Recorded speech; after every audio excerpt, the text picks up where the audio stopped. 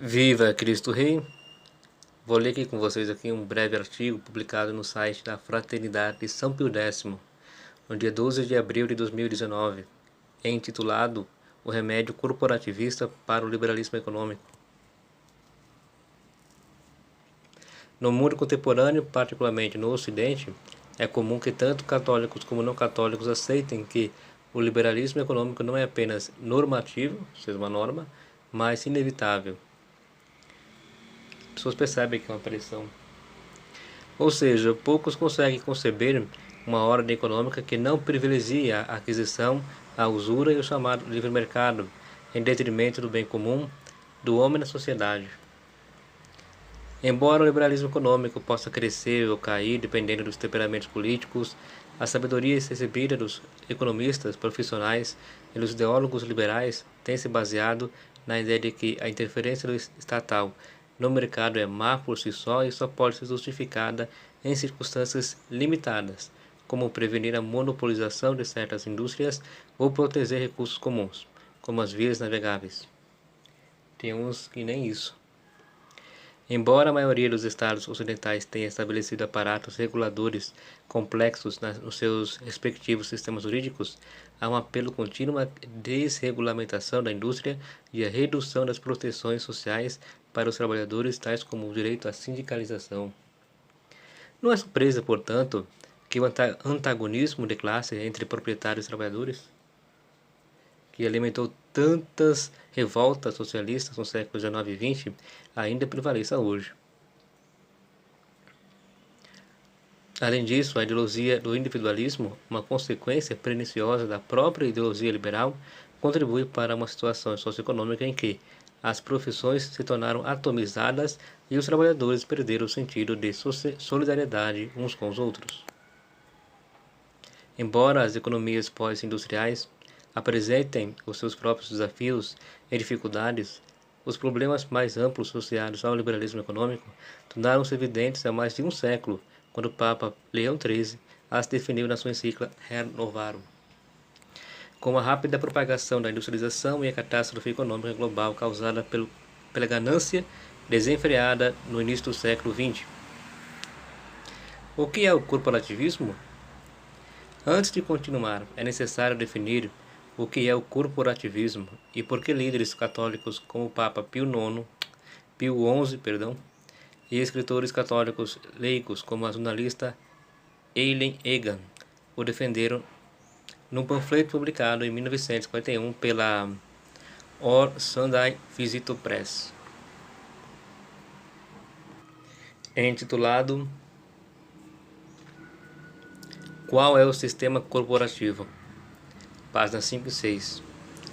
A Egan fornece a seguinte visão. Essa escritora não tem livros traduzidos em português, infelizmente. A solução corporativa começa nos males básicos. Defende um retorno aos padrões éticos na conduta de todos os negócios, em vez de manter o lucro individual como o princípio e o fim da empresa. O bem comum seria o critério de ação. Isso retornaria a ideia de um salário justo para o trabalhador, ou seja, um salário que proporcione a ele e a sua família condições físicas e culturais de uma boa vida, dado que é injusto limitar a propriedade a poucos. Uma distribuição mais ampla da propriedade seria uma condição necessária para uma boa ordem social.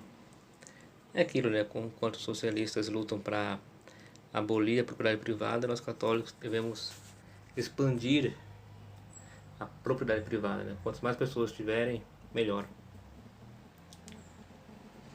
Isso também é feito pelo distributismo do Chesterton. Outro resultado da implementação de princípios morais na vida econômica da nação seria o esforço sério para criar segurança para o assalariado comum. Sendo o assalariado um homem feito em imagem e semelhança de Deus, ele tem o direito positivo de ter um salário justo, um mínimo de segurança e a posse de uma parte dos bens do mundo. Se a tônica de tais princípios morais fosse injectada no corpo doente da nossa ordem social, os efeitos perversos da guerra de classes cessariam. Como um mecanismo para alcançar tais fins excelentes, os bispos católicos americanos apontam para o sistema corporativo na sua publicação A Igreja e a Ordem Social. Esse sistema é aplicável a muitas estruturas políticas, por exemplo, república ou monárquica, república ou monarquia. Em cada localidade,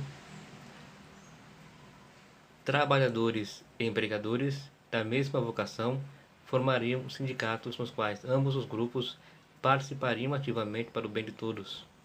Estes se juntariam a todos os outros trabalhadores e empregadores na mesma área em todo o país.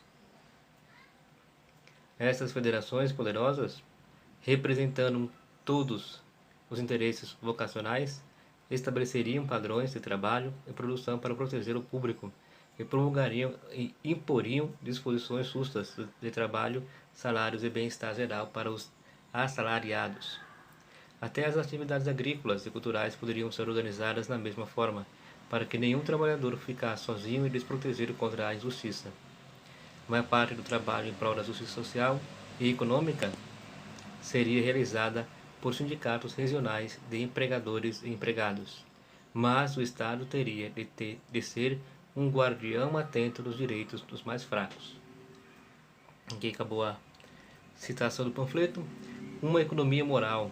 A partir do esboço do corporativismo, isso mesmo, esboço do corporativismo apresentado acima, fica claro que se trata de um sistema econômico baseado em princípios morais e não na ganância. O individualismo é substituído pela solidariedade e associações profissionais trabalham para superar a guerra de classes.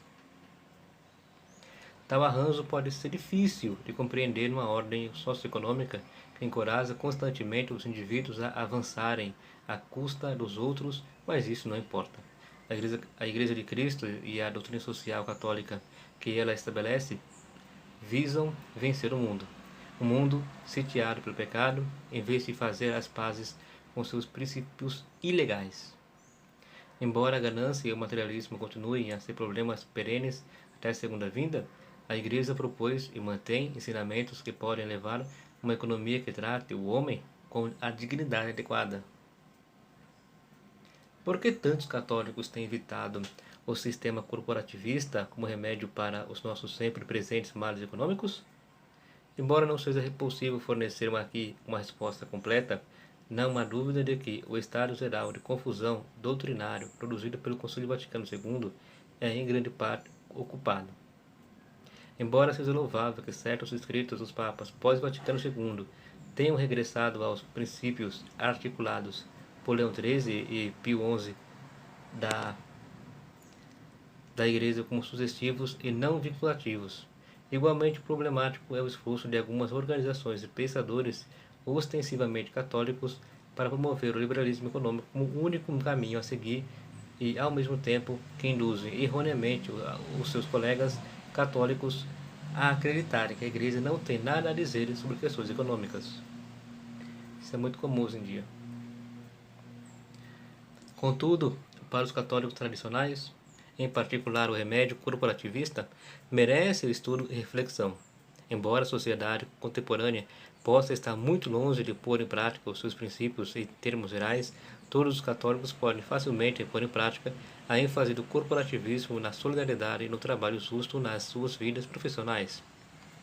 Ao fazê-lo, não só conseguirão permanecer em harmonia com os ensinamentos sociais da Igreja, mas também demonstrarão aos não católicos que existe um horizonte para além do liberalismo econômico. Fraternidade de São Pio X, 10/4/2019. Então, vocês podem ver um artigo bem breve, bem claro, recomendo a leitura, né? E o estudo do corporativismo. Fique com Deus e até uma próxima.